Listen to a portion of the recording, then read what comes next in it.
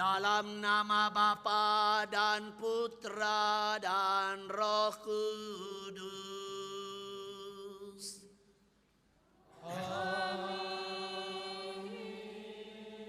Semoga rahmat Tuhan kita Yesus Kristus, cinta kasih Allah dan persekutuan Roh Kudus bersamamu dan bersama rohmu. Silakan duduk sebentar, ibu-ibu, bapak-bapak, para mistinar, pastor.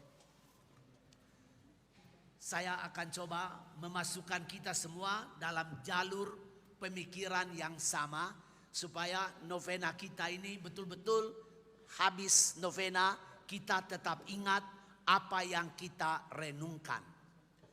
Tema besar kita adalah Misericordias Domini in Aeternum Cantabo. Itu menjadi tema besar yang selalu kita ulang-ulang. Kerahiman ilahi akan kunyanyikan selalu. Artinya tidak ada saat di dalam kehidupan kita ini, tidak ada saat tanpa kerahiman Allah.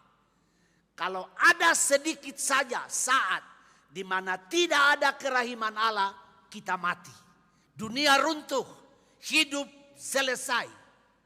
Kalau tidak ada lagi kerahiman Allah. Tetapi nyata bahwa kita masih hidup, masih bernafas, masih bisa baku dapa pada sore hari ini, masih bisa menyanyi, masih bisa berdoa, masih bisa berlutut, masih bisa berdiri. Itu tandanya karena kerahiman ilahi, kerahiman Allah.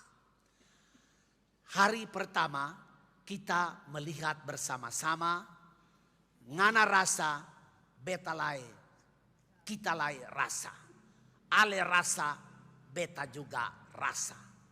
Itu kata misericordia, artinya kami tidak bahagia jikalau lihat orang lain dalam keadaan susah.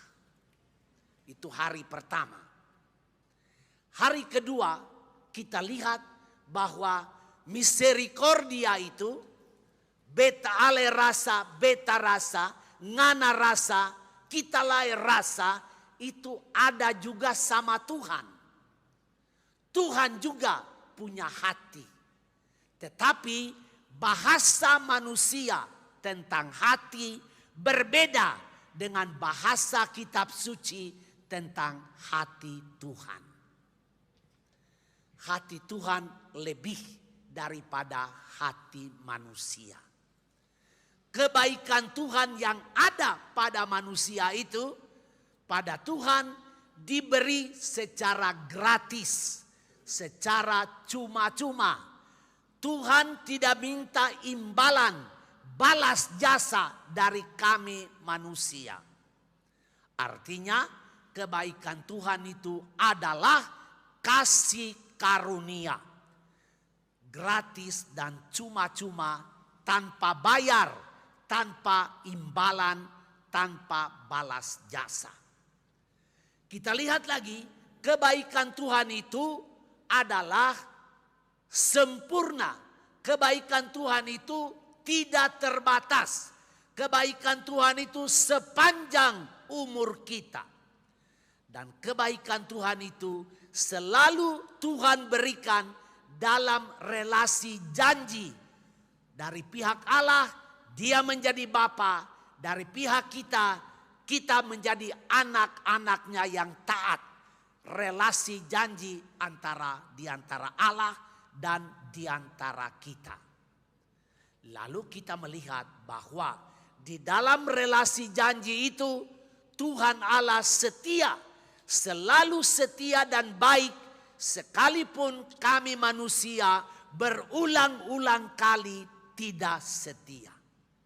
Pada hari yang kedua kita memberi contoh yang amat jelas tentang kebaikan Tuhan yang gratis dan cuma-cuma. Yaitu pada waktu Tuhan menciptakan langit dan bumi, inilah anugerah rumah yang Tuhan siapkan untuk kita. Sepanjang kita hidup, Tuhan memberi kepada kita energi, udara, oksigen, sehingga kami bisa hidup. Hidup bisa terus berlangsung. Dan sebelum kita mati, Tuhan sudah sedia kita punya rumah. Itulah kemurahan Tuhan, kebaikan Tuhan yang gratis. Kemarin kita sudah melihat bahwa kebaikan Tuhan itu terlaksana di dalam relasi janji. Janji antara Allah dan manusia. Janji pertama mulai pada masa Adam, tetapi perjanjian itu batal sebab Adam dan Hawa berbuat dosa. Perjanjian kedua antara Allah dengan Nuh, perjanjian itu pun batal karena Nuh mabuk dan berbuat dosa. Perjanjian ketiga antara Allah dengan Abraham, dan itu perjanjian yang benar. Abraham setia dan dia menjadi sahabat Allah. Dia menjadi contoh bapa umat beriman, bapa kaum beriman. Kepada Abraham Tuhan menjanjikan 3 janji. 1, keturunanmu akan menjadi banyak seperti bintang-bintang di langit, seperti pasir di lautan, pantai. Dan itu terpenuhi dalam perjanjian Allah dengan Nabi Musa. Dan kalau ibu bapak ikut bagaimana statistik jumlah orang-orang di seluruh dunia, orang-orang yang percaya kepada Tuhan di seluruh dunia, jumlah orang Kristen masih di atas agama-agama yang lain. Agama lain juga banyak, tetapi jumlah orang Kristiani yang percaya kepada Tuhan masih jumlahnya lebih banyak. Ini janji Tuhan yang pertama kepada Abraham. Janji Tuhan yang kedua adalah dari keturunan Abraham akan lahir raja-raja terkenal. Dan itu terpenuhi pada zaman Raja Daud. Ketika Israel mencapai zaman keemasannya, raja-raja dari timur dan barat, dari Ethiopia, dari Arabia, mereka datang membayar upeti kepada Raja Daud di Yerusalem.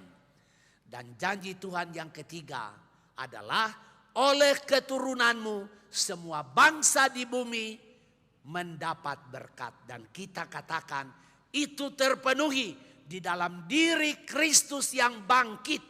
Kemarin kita sudah katakan kebangkitan Kristus adalah sentral, pusat untuk gereja Katolik. Kalau tidak ada kebangkitan Tuhan, percumalah kita beriman.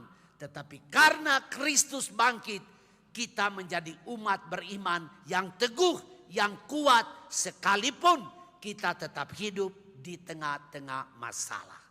Nah, hari ini kita akan sama-sama lihat bahwa Tuhan itu sungguh-sungguh sangat baik.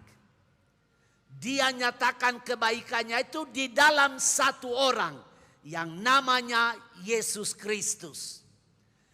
Yesus Kristus punya hidup mulai dari kandang dan dia selesai di tiang gantungan. Kita baru merayakannya 3 hari yang lalu. Hari Jumat, hari Sabtu, hari Minggu dia bangkit. Pada waktu kita merayakan Natal, kita rayakan dia datang di dalam kandang. Dia lahir di dalam kandang. Tetapi ibu bapak, saudara-saudari, saya minta kita coba buka buku ini supaya kita lihat bahwa kedatangan Tuhan di kandang dan hidupnya yang berakhir di tiang gantungan, itulah kerahiman Allah yang amat besar untuk kita manusia di dunia ini. Coba kita lihat halaman 5.